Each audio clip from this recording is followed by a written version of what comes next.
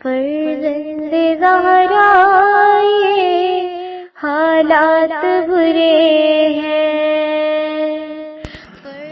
کاشانہ بصیرت ایک ایسا مکمل یوٹیوب چینل جس پر محروم بصارت کے لیے بالخصوص اور تمام افراد کے لیے بالعموم سینکڑوں کی تعداد میں اسلامی کتب دستیاب ہیں۔ لہذا گزارش ہے کہ آپ اپنی ذمہ داری نبھاتے ہوئے کاشانہ بصیرت کو سبسکرائب کرنے کے ساتھ ساتھ بیل آئیکن کو پریس کیجیے تاکہ آپ علم کے حصول کے ساتھ ساتھ مذہب اہل بیت کی اشاعت میں بھی اہم کردار ادا کرتے رہیں۔ کاشانہ بصیرت۔ فرزند زہرا یہ حالات برے ہیں۔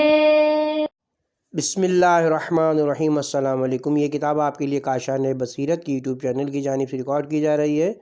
نامی کتاب حیات القلوب، جلدوم، تالیف علامہ مجلسی علیہ رحمہ۔ اب ہم کتاب کا پارٹ نمبر 12 پڑھیں گے۔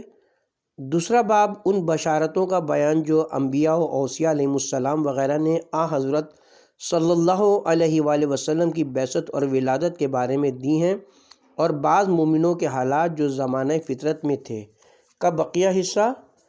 صفحہ نمبر 108۔ ابن شہر آشوب نے روایت کی کہ طلحہ بصرہ کے بازار میں ایک راہب کے پاس پہنچے۔ راہب نے ان سے پوچھا کہ آیا احمد مابعوث ہوئے ہیں؟ اسی مہینے میں ان کو ظاہر ہونا چاہیے۔ اور کلان حمیری نے عبد الرحمن بن عوف سے کہا، کیا تم چاہتے ہو کہ تم کو ایک خوشخبری دوں جو تمہاری تجارت سے بہتر ہے؟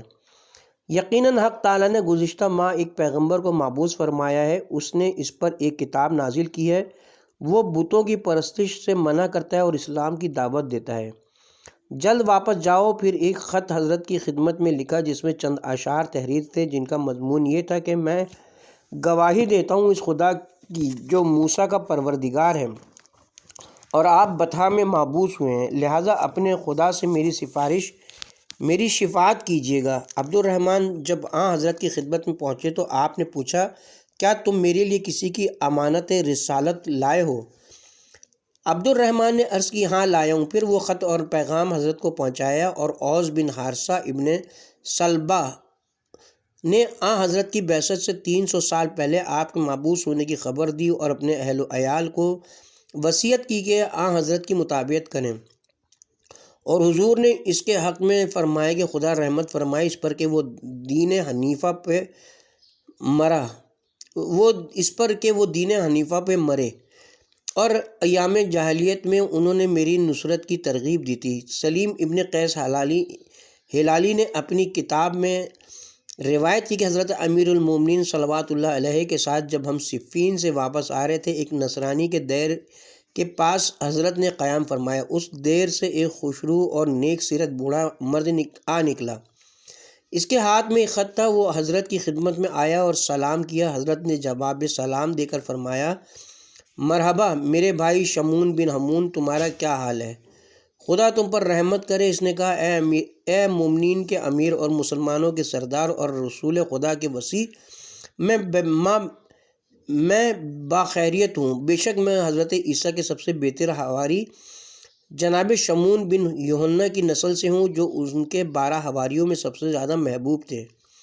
جناب عیسیٰ نے ان کو کتابیں اور اپنا علم و حکمت سپرد فرمایا تھا، اور ہمیشہ انہی کی اولاد اور اہل بیت میں وہ علم جاری رہا، اور وہ سب حضرت عیسیٰ کے دین سے متمسک رہے، نہ کافر ہوئے اور نہ دین میں کوئی تغیر و تبدل کیا۔ اور وہ کتابیں میرے پاس ہیں جن کو حضرت جناب عیسیٰ بیان کرتے رہے اور میرے جد شمون لکھتے رہے۔ ان کتابوں میں عیسیٰ کے بعد کے بادشاہوں کے حالات لکھے ہوئے ہیں، یہاں تک کہ تحریر ہے کہ فرزندان اسماعیل پسر ابراہیم میں سے ایک مرد سرزمین عرب سے ظاہر ہوگا جس کو تہامہ کہتے ہوں گے۔ وہ مکہ کا ایک شہر ہوگا، اور اس مرد بزرگ کا نام احمد ہوگا، جس کی آنکھیں کشادہ ابرو پیوستہ ہوں گے۔ وہ صاحب ناقہ و حمار و عصا و تاج ہوگا۔ اس کے 12 نام ہوں گے۔ اس کے بعد اس نے حضرت کی ولادت و بعثت و ہجرت کا تذکرہ کیا، اور ان لوگوں کا ذکر کیا جو حضرت کی مدد کریں گے اور جو لوگ حضرت سے جنگ کریں گے، اور ان کی مدت حیات اور جو کچھ ان کے بعد ان کی امت میں حضرت عیسیٰ کے آسمان سے نازل ہونے تک واقع ہوگا بیان کیا، اور ان کتابوں میں اولاد اسماعیل کے ان 13 نفوس کے نام تحریر ہیں جو ان کے بعد خدا کے نزدیک بہترین خلق اور محبوب ترین خلائق ہوں گے۔ خلاق عالم ان کے دوستوں کو دوست اور دشمنوں کو دشمن رکھے گا۔ جو ان کی اطاعت کرے گا ہدایت پائے گا، جو مخالفت کرے گا گمراہ ہوگا۔ ان کی اطاعت خدا کی اطاعت ہوگی اور ان کی مخالفت خدا کی مخالفت ہوگی۔ اور ان انفاس قدسیہ کے نام و نسب اور صفات لکھے ہوئے ہیں، اور یہ کہ ان میں سے کون کتنی مدت تک زندہ رہے گا، کون ظاہر ہوگا اور کون غیبت میں رہے گا، یہاں تک کہ اس پر حضرت عیسیٰ نازل ہوں گے اور ان کے پیچھے نماز پڑھیں گے۔ وہ عیسیٰ سے نماز پڑھانے کو کہے گا۔ حضرت جناب عیسیٰ جواب دیں گے کہ آپ لوگ امام ہیں، کسی کے لیے سزاوار نہیں کہ آپ پر سبقت کرے۔ پھر وہ آگے ہوگا اور عیسیٰ لوگوں کے ساتھ اس کے پیچھے نماز پڑھیں گے۔ ان میں پہلا شخص سب سے بہتر اور بلند تر ہوگا، اس کا اجر ان سب کے اجر کے برابر ہوگا، اور جو لوگ اس کی اطاعت کریں گے اور ہدایت حاصل کریں گے ان کا ثواب بھی عظیم ہوگا۔ اس کا نام احمد ہوگا، وہ خدا کا پیغمبر ہوگا۔ اس کے دوسرے نام محمد و یاسین و فتح و ختام و حاشر و عاقب و ماہی و قائد بھی ہوں گے۔ وہ خدا کا رسول، حبیب اور امین ہوگا۔ خدا اس سے اپنی رحمت کے ساتھ کلام کرے گا۔ جہاں خدا کا ذکر ہوگا اس کا بھی ذکر ہوگا۔ وہ خلق میں سب سے بلند مرتبہ اور خدا کے نزدیک سب سے محبوب ہوگا، اور خدا نے کسی ملک مقرب یا پیغمبر و مرسل کو خلق نہیں کیا جو اس سے بہتر اور خدا کے نزدیک محبوب تر ہو۔ اور خدا اس کو قیامت کے روز اپنے عرش پر بیٹھائے گا اور اس کی شفاعت قبول کرے گا، جس کے بارے میں وہ شفاعت کرے گا اس کے نام کے ساتھ قلم لوح پر رواں ہوا۔ اور اس کے بعد اس کے وسیع کی فضیلت ہے جو اس کا علم بردار ہوگا قیامت میں، اور اس کا وسیع وزیر اور خلیفہ ہوگا اس کی امت میں، اور وہ اس کے بعد خدا کے نزدیک محبوب ترین خلق ہوگا۔ اس کا نام علی بن ابی طالب ہے۔ پیغمبر کے بعد وہ ہر مومن کا حاکم و سرپرست ہے۔ اس کے بعد محمد صلی اللہ علیہ وآلہ وسلم کی اولاد میں سے 11 امام ہوں گے، اور اس کے 2 فرزند ہارون کے 2 فرزندوں شبر و شبیر کے ہم نام ہوں گے، اور اس کے چھوٹے فرزند کی نسل سے 9 امام ہوں گے۔ ان کا آخری فرزند وہ ہوگا جس کے پیچھے عیسیٰ نماز پڑھیں گے، اور ان کتابوں میں ان سب کے نام درج ہیں جو بادشاہ ہوں گے اور جو پوشیدہ رہیں گے۔ ان میں سے جو سب سے پہلے ظاہر ہوگا وہ تمام شہروں کو عدل و انصاف سے بھر دے گا۔ وہ مشرق و مغرب کا مالک ہوگا، یہاں تک کہ وہ تمام دین پر غالب آئے گا۔ پھر جب تمہارے پیغمبر مبعوث ہوئے میرے والد زندہ تھے، انہوں نے ان کی تصدیق کی، ان پر ایمان لائے۔ اس وقت وہ بہت بوڑھے ہو چکے تھے اور ہلنے کی طاقت نہ تھی۔ جب ان کی وفات کا زمانہ آیا، مجھ کو وصیت کی کہ پیغمبر کے وصی اور خلیفہ جن کا نام اور وصف ان کتابوں میں درج ہے 3 خلفائے غاصب کے بعد ہوں گے، اور ان خلفاء کے نام و صفات اور القاب ان کتابوں میں تحریر ہیں جو ان کے حق کو غضب کریں گے۔ وہ اس مقام پر آئیں گے تو اے فرزند تو ان کی خدمت میں حاضر ہونا اور ان پر ایمان لانا اور ان سے بیعت کرنا اور ان کے دشمنوں سے جہاد کرنا، کیونکہ ان کا جہاد پیغمبر کا جہاد ہے، ان کا دوست پیغمبر کا دوست ہے اور ان کا دشمن پیغمبر کا دشمن ہے۔ اور ان کتابوں میں ان خلفائے ضلالت کے نام ہیں جو قریش ہوں گے اور حضرت کے اہل بیت سے دشمنی کریں گے، ناحق دعویدار ہوں گے، ان کو اپنے حق سے محروم کریں گے اور ان سے تبرہ کریں گے، ان کو ڈرائیں گے۔ ان میں سے ہر ایک کے نام و صفات اور ہر ایک کی بادشاہی کی مدت اور جو سلوک وہ آپ کی اولاد سے کریں گے سب تحریر ہے۔ اے امیر المومنین، اپنا ہاتھ نکالیے تاکہ میں آپ سے بیعت کروں۔ میں خدا کی وحدانیت اور پیغمبر کی رسالت کی گواہی دیتا ہوں، اور یہ کہ آپ ان کے خلیفہ اور وصی ہیں اور خدا کی مخلوق پر گواہ اور زمین پر اس کی حجت ہیں، اور گواہی دیتا ہوں کہ اسلام خدا کا دین ہے اور دین اسلام کے سوا ہر ایک دین سے بیزار ہوں، کیونکہ وہ دین وہ ہے جسے خدا نے اپنے لیے پسند کیا ہے اور اپنے دوستوں کے واسطے اختیار کیا ہے۔ وہی عیسیٰ بن مریم کا اور تمام پیغمبروں کا دین ہے۔ میرے آباء و اجداد سب اسی دین پر تھے، اور میں نے آپ کی ولایت اور آپ کے دوستوں کی محبت اختیار کی اور آپ کے دشمنوں سے بیزار ہوں اور آپ کے فرزندوں کی امامت کا اقرار کرتا ہوں اور ان کے دشمنوں اور مخالفوں سے بیزاری اختیار کرتا ہوں، اور ان سے جو ان کے حق کا دعویٰ کریں اور ان پر ظلم کریں وہ اگلے لوگوں میں سے ہوں گے یا بعد والوں میں سے۔ پھر اس نے حضرت کا ہاتھ پکڑ کر آپ سے بیعت کی۔ حضرت امیر المومنین علیہ السلام نے فرمایا کہ اپنا خط مجھے دے دو جس کو عزیز رکھتے ہو۔ پھر اپنے ایک مصاحب کو اس راہب کے ساتھ جانے کو فرمایا اور کہا کہ ایک مترجم کو ساتھ لے جاؤ جو اس خط کا عربی میں ترجمہ کرے اور لکھ لے۔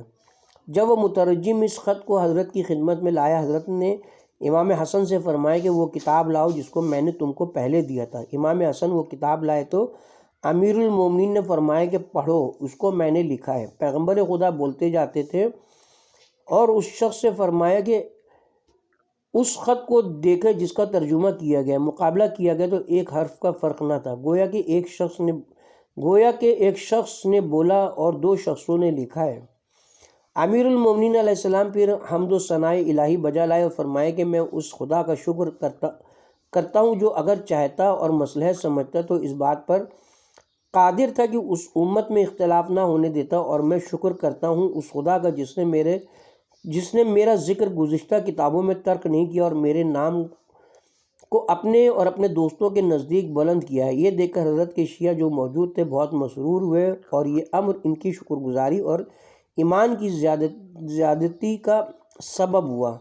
کتاب کا حاشیہ ہے، مؤلف فرماتے ہیں کہ حضرت کی ولادت و بعثت کی بشارتیں حد و حساب سے زیادہ ہیں، ان میں سے بہت سی آئندہ اس جلد میں اور دوسری تمام جلدوں میں مذکور ہوں گی انشاءاللہ تعالی۔ اس کے ساتھ ہی دوسرا باب حضرت صلی اللہ علیہ وسلم کی بعثت و ولادت کے بارے میں بشارتیں اپنے اختتام کو پہنچا۔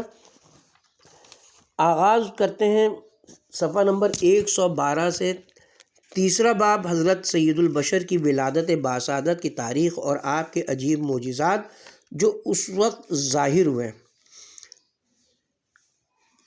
جاننا چاہیے کہ علماء امامیہ کا اس پر اجماع ہو چکا ہے کہ آپ کی ولادت باسعادت 17ویں ماہ ربیع اول کو ہوئی، اور دوسرے لوگ 12ویں ربیع اول جانتے ہیں اور انہی میں سے بعض 8 یا 10 ربیع اول کے قائل ہیں، اور ان میں سے شاذ و نادر ماہ رمضان میں جانتے ہیں۔ اور محمد بن یعقوب کلینی رحمۃ اللہ علیہ نے کہا کہ حضرت کی ولادت جب ہوئی تو ماہ ربیع اول کی 12 راتیں گزری تھیں، جمعے کا دن اور زوال آفتاب کا وقت تھا، جس سال خانہ کعبہ کو برباد کرنے والے ہاتھیوں کا لشکر لایا گیا تھا اور وہ سنگریزوں کے ذریعے ہلاک ہو گئے تھے۔ اور دوسری روایت میں طلوع فجر کا وقت تھا۔ بعثت سے 40 سال پہلے حضرت کی والدہ ایام تشریق میں درمیانی جمرہ کے مقام پر عبداللہ بن عبد المطلب کے گھر حاملہ ہوئیں، اور حضرت کی ولادت مکہ معظمہ میں شعیب ابی طالب میں محمد بن یوسف کے مکان میں داہنی جانب کے حجرے میں واقع ہوئی، اور ہارون رشید کی ماں خضران نے اس حجرے کو مکان سے باہر نکال کر مسجد بنا دیا جس میں لوگ نماز پڑھتے ہیں۔ گویا کلینی نے ولادت حضرت کے تعین میں تقیہ کیا اور غیروں کے درمیان شہرت کے موافق بیان فرمایا ہے۔ صاحب کتاب عدد قویا نے کہا ہے کہ حضور کی ولادت 17ویں ماہ ربیع الاول روز جمعہ طلوع صبح کے وقت اصحاب فیل کے ہلاک ہونے کے 55 یا 45 روز یا 30 سال بعد واقع ہوئی۔ بعض کہتے ہیں کہ اسی روز، اور زیادہ مشہور یہ کہ اسی سال واقع ہوئی، اور عامہ کہتے ہیں کہ روز دوشنبہ کو حضرت پیدا ہوئے اور نوشرواں کی بادشاہی کے 7 سال باقی تھے۔ بعض کا قول ہے کہ ہرمز بن نوشرواں کی بادشاہی کے زمانے میں حضرت کی ولادت ہوئی۔ طبری کا قول ہے کہ نوشرواں کی حکومت کے 42 سال گزرے تھے۔ اس قول کی معیدہ روایت ہے جو وہ روایت ہے جو حضرت نے فرمائی کہ میں بادشاہ عادل کے زمانے میں پیدا ہوا۔ بیان کرتے ہیں کہ شبات رومی کی 20 اور بعض کا قول ہے کہ پہلی یا 20 یا 28 تاریخ شبات رومی کی تھی، اور اہل فارس کے مہینے وے کی 17ویں تاریخ تھی، اور منزل قمر سے ستارے عقرب طالع تھا۔ اور ابو مشر کا بیان ہے کہ حضرت کی ولادت کا طالع جدی 20ویں درجے میں تھا، اور زحل و مشتری برج عقرب میں تھے، مریخ اپنے خانے میں برج حمل میں تھا، اور سورج شرف حمل میں تھا، اور زہرہ شرف میں برج حوت میں تھا، اور عطارد بھی حوت میں تھا۔ چاند بھی پہلے میزان میں اور راس جوزہ میں تھا اور زمب قوس میں، اور حضرت اپنے مکان میں پیدا ہوئے۔ بعد میں وہ مکان عقیل بن ابی طالب کو دے دیا۔ عقیل نے اس کو محمد بن یوسف حجاج کے بھائی کے ہاتھ فروخت کر دیا۔ اس نے اس کو اپنے مکان میں شامل کر لیا۔ ہارون کا زمانہ تھا۔ ہارون کا زمانہ آیا تو اس کی ماں خضرہ نے اس کو محمد بن یوسف کے مکان سے الگ کر کے مسجد بنا دیا۔ وہ اب تک اسی حال پر باقی اور لوگ اس کی زیارت کو جاتے ہیں۔ اور ابن بابویہ نے بیان کیا کہ حضرت کی والدہ 18ویں ماہ جمادی الاخر شب جمعہ کو حاملہ ہوئی۔ پھر بسند معتبر حضرت ابو طالب سے روایت کی ہے کہ عبد المطلب نے فرمایا کہ میں ایک رات ہجر اسماعیل میں سویا ہوا تھا، ناگہاں میں نے عجیب خواب دیکھا۔ صبح کو بیدار ہوا تو مجھے راہ میں کاہن نے دیکھا کہ میں کانپ رہا تھا اور میرے سر کے بال میرے کندھے پر پڑے ہوئے ہل رہے تھے۔ اس نے مجھ میں تغیر مشاہدہ کیا تو پوچھا کہ بزرگ عرب کو کیا امر درپیش ہوا کہ اس کا رنگ ایسا متغیر ہو گیا ہے؟ کیا کوئی حادثہ واقعہ ہوا ہے؟ میں نے کہا آج میں ہجر اسماعیل میں سویا ہوا تو خواب دیکھا کہ ایک درخت میرے پشت سے رویدہ ہوا اور اس قدر بڑا کہ آسمان تک بلند ہو گیا اور اس کی شاخیں مشرق و مغرب میں جا پہنچیں، اور اس درخت سے ایک نور نکلا جو آفتاب نور سے 70 گنا زیادہ تھا، اور عرب و عجم اس درخت کو سجدہ کر رہے تھے۔ اس کا نور اور اس کی بلندی ہر آن بڑھتی جاتی تھی۔ قریش کی ایک جماعت چاہتی تھی کہ اس درخت کو اکھاڑ دیں۔ جب اس کے پاس جانا چاہتے تھے، ایک جوان نہایت پاکیزہ صورت عمدہ لباس پہنے ہوئے ان کو پکڑتا اور ان کی پشت توڑ دیتا اور ان کی آنکھیں نکال دیتا تھا۔ میں نے اپنا ہاتھ بلند کر کے چاہا کہ اس کی ایک شاخ توڑ لوں تو اس جوان نے مجھ کو آواز دی کہ اس میں آپ کا حصہ نہیں ہے۔ میں نے کہا درخت تو میرا ہے اور میرا ہی حصہ اس میں نہیں۔ اس نے کہا اس میں ان لوگوں کا حصہ ہے جو اس درخت سے لپٹے ہوئے ہیں۔ یہ خواب دیکھ کر میں خوفزدہ اور بیدار ہوا۔ جب اس کاہن نے یہ خواب سنا، اس کا رنگ تبدیل ہو گیا۔ بولا کہ اگر آپ سچ کہتے ہیں تو آپ کی صلب سے ایک لڑکا پیدا ہوگا جو مشرق و مغرب کا مالک ہوگا اور پیغمبر ہوگا۔ تو عبد المطلب نے ابو طالب سے کہا کہ وہ جوان جو اس کی مدد کر رہا تھا کوشش کرو کہ تم ہو۔ لہٰذا ابو طالب ہمیشہ حضرت کی نبوت کے بعد اس خواب کا تذکرہ کیا کرتے تھے اور فرماتے تھے کہ واللہ وہ درخت ابو القاسم امین تھے۔ کتاب کا حوالہ ہے۔ مولوی فرماتے ہیں کہ اس جوان سے مراد امیر المومنین ہوں گے۔ ابن شہر عاشوب نے روایت کی کہ جب مامون پر حکیم عزد خورا کا کل علم نجوم میں کمال ظاہر ہوا تو ایک روز اس نے کہا کہ تو باوجود اس علم و دانائی کے ہمارے پیغمبر پر ایمان کیوں نہیں لاتا؟ اس نے کہا میں ان پر کیوں کر ایمان لا سکتا ہوں حالانکہ ان کا دروغ مجھ پر ثابت ہو چکا ہے، کیونکہ وہ ایسے تالے میں پیدا ہوئے ہیں جس میں کوئی پیغمبر نہیں ہو سکتا۔ حکیموں میں سے ایک شخص موجود تھا، اس نے کہا میں اس کے تالے سے واقف ہوں کہ وہ راست گو ہیں، کیونکہ حکمہ نے اتفاق کیا کہ ان کا تالے مشتری، عطارد، زہرہ اور مریخ ہے، اور جو اس تالے میں پیدا ہوتا ہے اس کو اس وقت مر جانا چاہیے، اگر زندہ رہ بھی جائے تو 7ویں روز مر جائے گا، لیکن وہ پیغمبر اسی ساتھ میں پیدا ہوئے اور 63 سال زندہ رہے، اور یہ بھی اس کے معجزوں میں سے ہے۔ یہ سن کر وہ مسلمان ہو گیا اور مامون نے اس کا نام عیزد خواہ یعنی ماشاءاللہ رکھا۔ غرض نظر مشتری علم و حکمت وزیر کی اور ریاست و وغیرہ کی علامت ہے، اور نظر عطارد لطافت و ظرافت و ملاحت و فصاحت و حلاوت کی علامت ہے، اور زہرہ کی تاثیر صباحت و خوش مزاجی و بشاشت و حسن و طیب و جمال وغیرہ کی علامت ہے، اور مریخ شہادت و قہر و غلبہ و قتال کی نشانی ہے۔ لہٰذا حضرت میں خدا نے تمام فضیلتوں کو جمع کر دیا تھا، اور بعض منجموں نے بیان کیا کہ پیغمبروں کا تالے سنبلہ و میزان ہے اور حضرت کا تالے میزان تھا، اور کہتے ہیں کہ حضرت کا تالے سماگ راہ میں تھا۔ بسند معتبر ابن بابویہ نے عبداللہ بن عباس سے روایت کی کہ میرے والد عباس نے بیان کیا کہ جب میرے بھائی عبداللہ پیدا ہوئے ان کے چہرے پر آفتاب کے نور کی طرح ایک نور تھا، تو میرے پدر بزرگوار عبد المطلب نے فرمایا کہ میرے اس فرزند کی شان بلند ہوگی۔ پھر میں نے ایک شب خواب میں دیکھا کہ عبداللہ کی ناک سے ایک سفید پرندہ نکلا اور پرواز کر کے مشرق و مغرب تک پہنچا، پھر واپس آ کر بام کعبہ پر بیٹھا۔ اس وقت قریش کے تمام لوگوں نے اس کو سجدہ کیا اور حیرت سے اس کو دیکھنے لگے۔ ناگاہ ایک روشنی ہوئی جو آسمان و زمین اور مشرق و مغرب پر چھا گئی۔ میں بیدار ہوا تو ایک کاہنہ سے دریافت کیا جو بنی مخزوم سے تھی۔ اس نے کہا، اے عباس، اگر تمہارا خواب سچا ہے تو عبداللہ کے صلب سے ایک لڑکا پیدا ہوگا جس کے تابع اہل مشرق و مغرب ہوں گے۔ عباس کہتے ہیں کہ اس کے بعد سے ہمیشہ میں عبداللہ کے لیے زوجہ کی فکر میں تھا تاکہ آمنہ سے ان کا عقد ہوا۔ وہ زنانِ قریش میں سب سے زیادہ حسین و جمیل تھیں۔ جب حضرت عبداللہ کا انتقال ہو گیا تو رسالت مآب پیدا ہوئے۔ میں نے ان کی دو آنکھوں کے درمیان ایک نور لامع دیکھا۔ میں نے ان کو گود میں لیا تو ان کے جسم سے بوئے مشک آ رہی تھی اور میں نافع مشک کے مانند معطر ہو گیا۔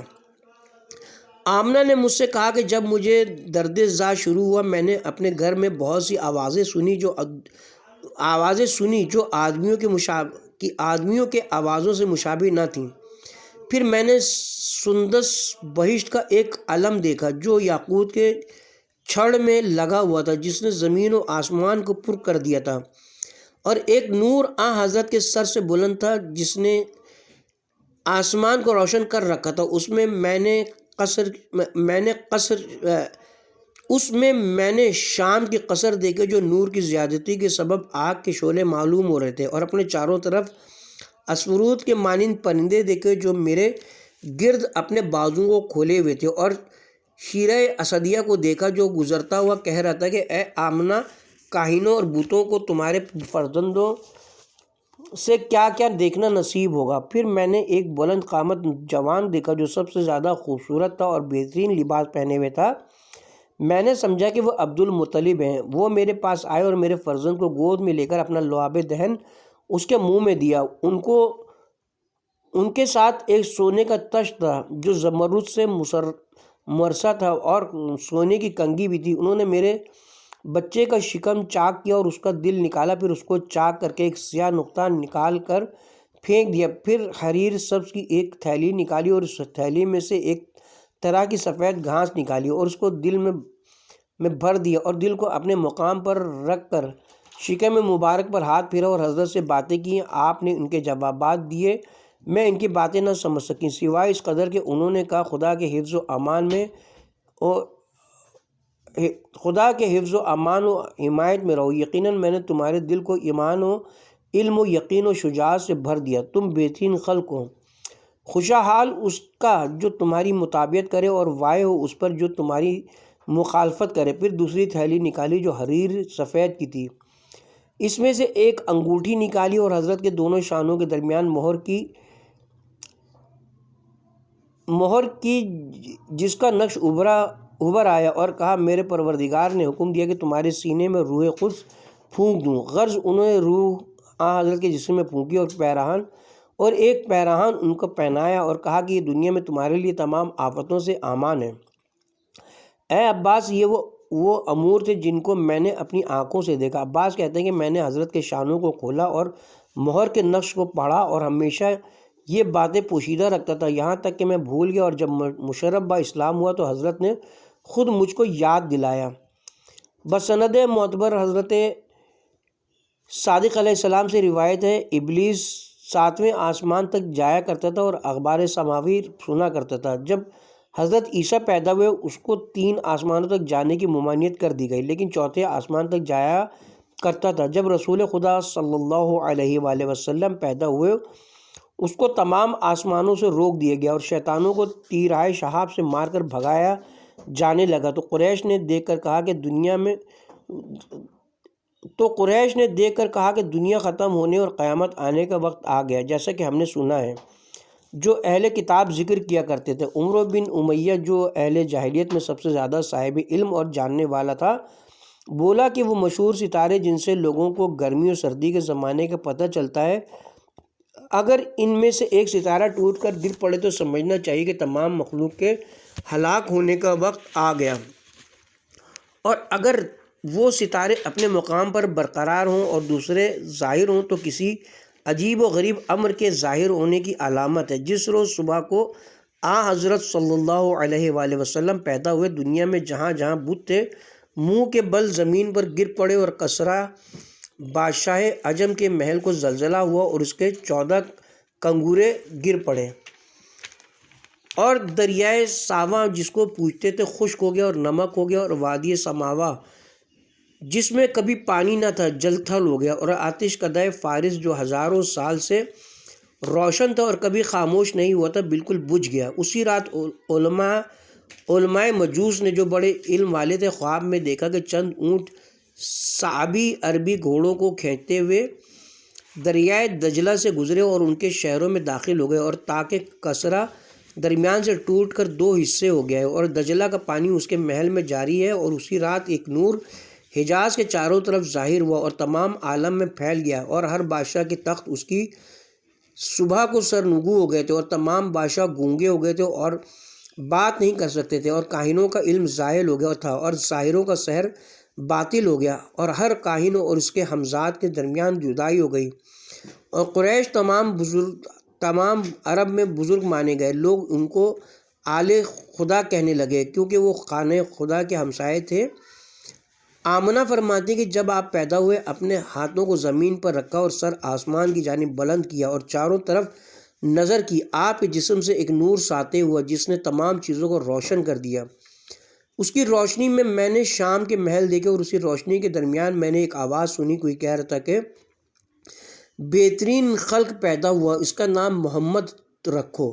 جب حضرت کو عبد المطلب کے پاس لائے، آپ نے ان کو گود میں لے کر فرمایا، میں اس خدا کا شکر و حمد کرتا ہوں جس نے مجھے ایسا خوشرو فرزند عطا فرمایا جو گہوارے میں تمام اطفال پر سیادت و بزرگی رکھتا ہے۔ پھر ان کو ارکان کعبہ کے اسما کی تعویذ پہنائی اور حضرت کے فضائل میں چند اشعار نظم کیے۔ اس وقت شیطان نے اپنی اولاد کو آواز دی، وہ سب اس کے پاس جمع ہوئے اور پوچھا، کس امر نے تم کو مضطرب و پریشان کیا؟ اس نے کہا، تم پر وائے ہو۔ شروع رات سے اس وقت تک زمین و آسمان میں تغیر دیکھ رہا ہوں، ضرور کوئی بہت بڑا حادثہ زمین میں واقع ہوا ہے، کیونکہ جب سے آسمان پر جناب عیسیٰ گئے ہیں آج تک ایسا تغیر نہیں دیکھا تھا، لہٰذا جاؤ اور جستجو کرو کہ کیا حادثہ رونما ہوا۔ یہ سن کر وہ سب منتشر ہو گئے۔ پھر واپس آ کر کہا کہ ہم کو تو کوئی بات نہیں معلوم ہوئی۔ اس ملعون نے کہا، اس امر کا معلوم کرنا میرا کام ہے۔ پھر وہ ملعون روانہ ہوا اور تمام دنیا میں گشت کرتا ہوا کعبے کے پاس پہنچا، دیکھا کہ فرشتے اس کے چاروں طرف جمع ہیں۔ اس نے بھی کعبے کے اندر داخل ہونا چاہا، فرشتوں نے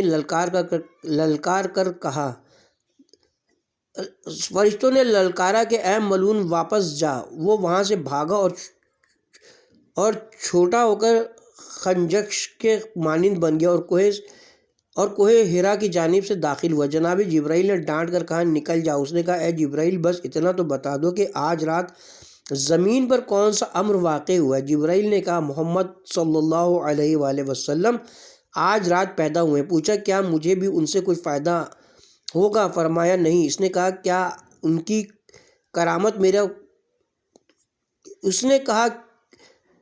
کرامت میرا کچھ حصہ ہے؟ فرمایا، ہاں۔ اس وقت وہ بولا کہ میں راضی ہوں۔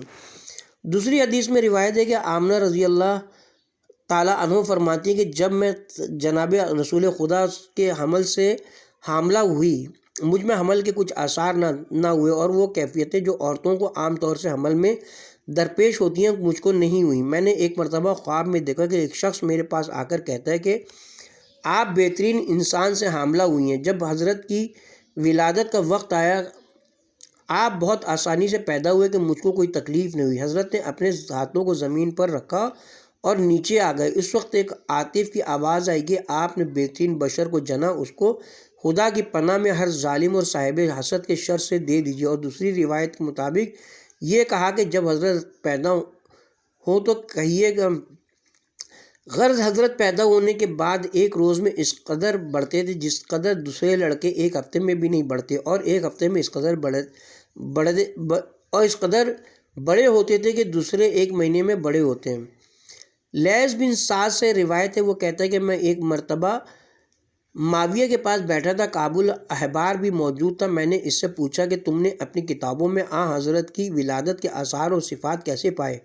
کیا حضرت کی فضیلت تم نے دیکھی ہے؟ تو کعب نے معاویہ کی طرف رخ کیا تاکہ یہ اندازہ کرے کہ وہ اس کے بولنے پر راضی ہے یا نہیں۔ تو خدا نے معاویہ کی زبان پر جاری کر دیا، اس نے کہا اے ابو اسحاق جو کچھ تم نے دیکھا ہے اور جو کچھ جانتے ہو بیان کرو۔ کعب نے کہا میں نے 72 کتابیں پڑھی ہیں جو آسمان سے نازل ہوئی ہیں اور دانیال کے صحیفے بھی پڑھے ہیں، اور ان تمام کتابوں میں آن حضرت کی اور ان کی اطرت کی ولادت کا تذکرہ ہے، اور ان تمام کتابوں میں ان کا نام بہت واضح طور پر موجود ہے، اور کسی پیغمبر کی ولادت کے وقت سوائے جناب عیسیٰ اور محمد مصطفیٰ صلی اللہ علیہ وسلم کے فرشتے نازل نہیں ہوئے، اور سوائے جناب مریم اور حضرت آمنہ کے کسی کے واسطے آسمانوں کے پردے نہیں ہٹائے گئے، اور بجز جناب عیسیٰ اور محمد صلی اللہ علیہ وسلم کے کسی کے حمل کے وقت کسی عورت پر فرشتے موکل نہیں ہوئے۔ اور حضرت رسالت مآب کے حمل کی علامت یہ تھی کہ جس رات حضرت آمنہ حاملہ ہوئی، ساتوں آسمانوں پر ایک منادی نے ندا کی کہ آپ کو خوشخبری ہو کہ در شہوار نطفہ خاتم الانبیاء آپ صدف عصمت و جلالت میں قرار پایا، اور تمام زمینوں میں بھی اس مزدہ مسرت افزا کی منادی کی گئی کہ کوئی چلنے والا اور پرواز کرنے والا ایسا نہ تھا جس کو آن حضرت کی ولادت کی اطلاع نہ ہوئی ہو۔ آن حضرت کی ولادت کی رات 70,000 قصر یاقوت سرخ کے اور 70,000 قصر مروار کے بنائے گئے جن کے نام قصور ولادت رکھے گئے، اور تمام بہشتوں کو آراستہ کیا گیا، اور ان سے کہا گیا کہ خوش ہو اور اپنے مقام پر بالیدہ ہو کہ تمہارے دوستوں کا پیغمبر پیدا ہوا۔ یہ سن کر ہر بہشت کو ہنسی آئی اور قیامت تک وہ ہنستی رہیں گی۔ اور میں نے سنا ہے کہ دریا کی مچھلیوں میں سے ایک تموسا نام کی مچھلی ہے جو سب سے بڑی ہے، جس کی 1000 دمیں ہیں، جس کی پیٹھ پر 7 لاکھ ایسی گائیں بیک وقت چلتی ہیں کہ ان میں سے ہر ایک دنیا سے بڑی ہے، اور ہر ایک کے 70,000 سینگیں زمرد سبز کی ہیں، اور اس مچھلی کو ان گایوں کے چلنے کا پتہ بھی نہیں چلتا۔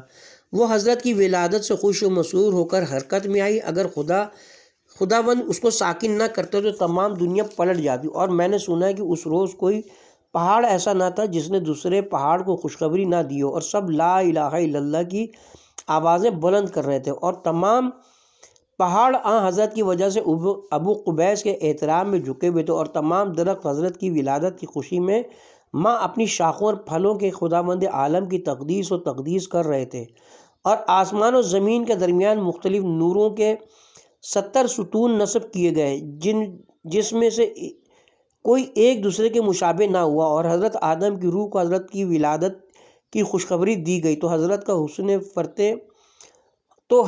حسن فرت مسرت سے 70 گنا بڑھ گیا، اور موت کی تلخی اس وقت ان کے حلق سے زائل ہو گئی، اور حوض کوثر میں خوشی سے تلاطم پیدا ہوا، اور اس نے 70,000 قصر دریاؤ یاقوت کے آن حضرت پر نثار کرنے کے لیے اپنی تہہ میں سے نکال کر باہر ڈال دیا، اور 40 روز تک شیطان زنجیروں سے باندھ کر قلعے میں قید کر دیا گیا، اور اس کا تخت 40 روز کے لیے پانی میں غرق کر دیا گیا، اور بت سرنگوں ہو گئے، اور ان کی زبانوں سے فریاد و واویلا کی آوازیں ظاہر ہونے لگیں، اور کعبے سے آواز بلند ہوئی کہ اے آل قریش، تمہاری طرف ثواب کی خوشخبری دینے والا اور عذاب سے ڈرانے والا آیا، اور اس کے ساتھ عزت ابدی اور بے انتہا فائدہ ہے، اور وہی خاتم پیغمبران ہے، اور ہم نے کتابوں میں پایا ہے کہ اس کی اطرت اس کے بعد دنیا کے تمام لوگوں میں سب سے بہتر ہے، اور جب تک ان میں سے ایک بھی موجود رہے گا دنیا والے عذاب خدا سے امان میں رہیں گے۔ معاویہ نے پوچھا اے ابو اسحاق، اس کی اطرت کون لوگ ہیں؟ کعب نے کہا فرزندان فاطمہ ہیں۔ یہ سن کر معاویہ کا چہرہ متغیر ہو گیا، اور اپنے ہونٹ دانتوں سے کاٹنے لگا، اور اپنی داڑھی پر ہاتھ پھیرنے لگا۔ پھر کعب نے کہا کہ ہم نے کتابوں میں پڑھا اور دیکھا کہ اس کے بعد ان دونوں فرزندوں کے اوصاف میں جن کو ظالمین شہید کریں گے، اور وہ دونوں فاطمہ کے فرزند ہیں، ان کو بدترین مخلوق خدا شہید کریں گے۔ معاویہ نے پوچھا ان کو کون قتل کریں گے؟ اس نے کہا قریش میں سے ایک شخص شہید کرے گا۔ یہ سن کر معاویہ غصے میں بےتاب ہو کر بولا اگر خیریت چاہتا ہے تو میرے پاس سے چلے جاؤ، اگر خیریت چاہتے ہو تو میرے پاس سے چلے جاؤ، تو ہم لوگ چلے آئے۔ اس کے ساتھ ہی اب ہم یہاں پہ کتاب کے پارٹ نمبر 12 کا اختتام کرتے ہیں۔ تیسرا باب حضرت کی تاریخ ولادت، آپ کے معجزات جو وقت ولادت ظاہر ہوئے کا سلسلہ بھی جاری ہے، اور پارٹ نمبر 13 کا آغاز ہم اسی باب سے کریں گے انشاءاللہ۔